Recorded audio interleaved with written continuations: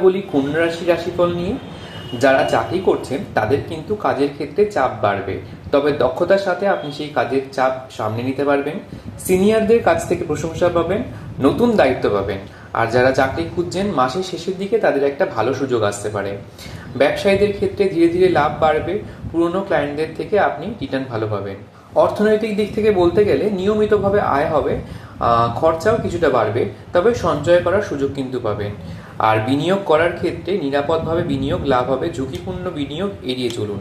যারা সম্পর্কে রয়েছেন তাদের সম্পর্ক স্থিতিশীল হবে, আর অতিরিক্ত কারোর সমালোচনা করলে কিন্তু সমস্যা তৈরি হবে।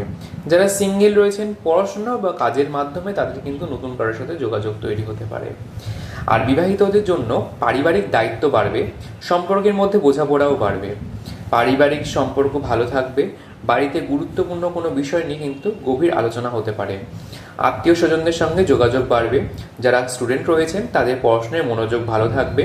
বিশ্লেষণধর্মী বিষয় যেমন ম্যাথ, সায়েন্স এই সমস্ত বিষয়ে পড়াশুনো গভীর হবে।